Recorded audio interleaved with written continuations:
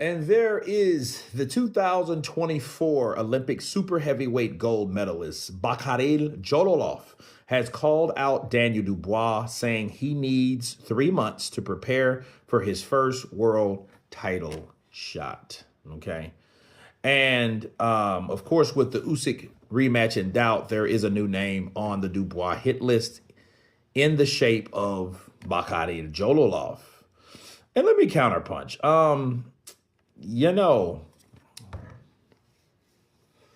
Bakar Jalolov would be a problem for Daniel Dubois. I've seen him fight. I mean, he's a tricky southpaw. He's actually kind of awkward, and fights like that for Dubois at this point, a guy that's looking for a name, a guy that's calling out guys like Daniel Dubois in his position right now, they're going to be overlooked and kind of swept under the rug. They're going to be the guys less likely to be chosen.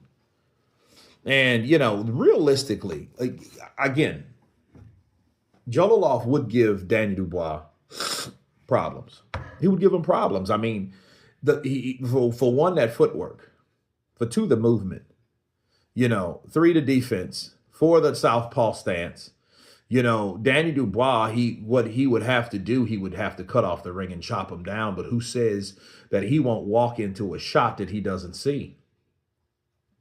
See, one thing we haven't seen from Dubois, though, and a lot of people haven't really took this into consideration, is the fact that Daniel Dubois hasn't been surprised with any punch. If you really think about it, the shots that he's got caught with, they haven't been surprise punches. You see what I mean? They haven't been that type of surprise, like, blah, he gets caught and gets stunned. We haven't seen him go through anything like that since Usyk. Think about it. It wasn't with AJ. It wasn't with Miller. It wasn't with Hrgovic. It wasn't with any of these dudes. Most of those shots that he took, he expected to take them based on the people that it was in front of him, based on the style of the people that was in front of him. If you guys see what I'm saying, if you notice, no one has just caught Daniel Dubois and blindsided him with a shot that he just was not expecting since Usyk, right? Nobody has done that. And this guy, Bakar Jalolov, yeah, he's able to do that type of stuff, especially if he beats Dubois to the punch. Dubois has that blistering jab, so he has to be careful. This ain't the Olympics, buddy. So let's back up a little bit now. It ain't like Daniel is just slow throwing like molasses in the wintertime type fighter. No, Dubois does have some speed, and this is speed from a big man. And big man with big speed is a scary big man with big speed. You understand? So Jalolov might get caught with some shots that he may not like from Dubois. And if Dubois senses blood, he's going in there and he's whooping his ass and he's putting him in the mud. Bars.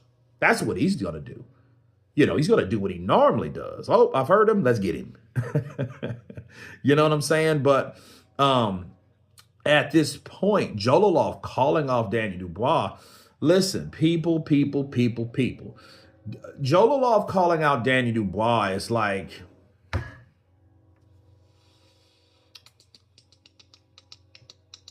Conor Benn calling out Terrence Crawford. It's not the fight, or Ryan Garcia or Teofimo calling out Crawford. It's not something on the radar right now. It's just not. It doesn't even make sense.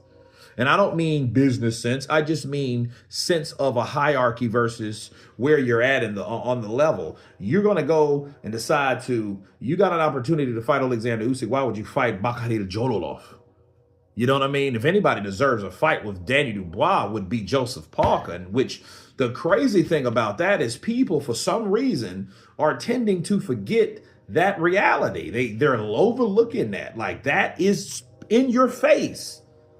So, yes, Jalolov, does he deserve an opportunity? Well, I do think Jalolov made a mistake going backwards instead of forwards. And I don't care what culture, what tradition follows Olympic boxing over professional boxing. This is professional boxing. This is a professional boxing channel. So I don't like the idea of anybody moving with during their career. You have to stop and pull that to a screeching halt and then go back and fight at the Olympics. I just don't like that. I don't care if he got gold 10 times. It doesn't matter to me. Why? Because he already did that, done that. So why would you now want to, hey, let's see what happens? You know what I mean? Let me call out Danny Dubois. You should have been fighting your way up the ranks when you was wasting all that damn time in the amateurs, if you ask me. So that's one of my issues that I have with Bakar Jalolov. You know, he should have kept consistent with his professional career since he's already been there before. You know what I mean? But yeah, I mean, he calls them out, fine. I don't think nothing will happen to it. I think it's for clout, honestly, at this point, because there's no realistic way that Danny Dubois would fight him. And if he does, why, and we will all know, why in the hell did you choose him over Joseph Parker, someone on your level, someone that you were scheduled to fight?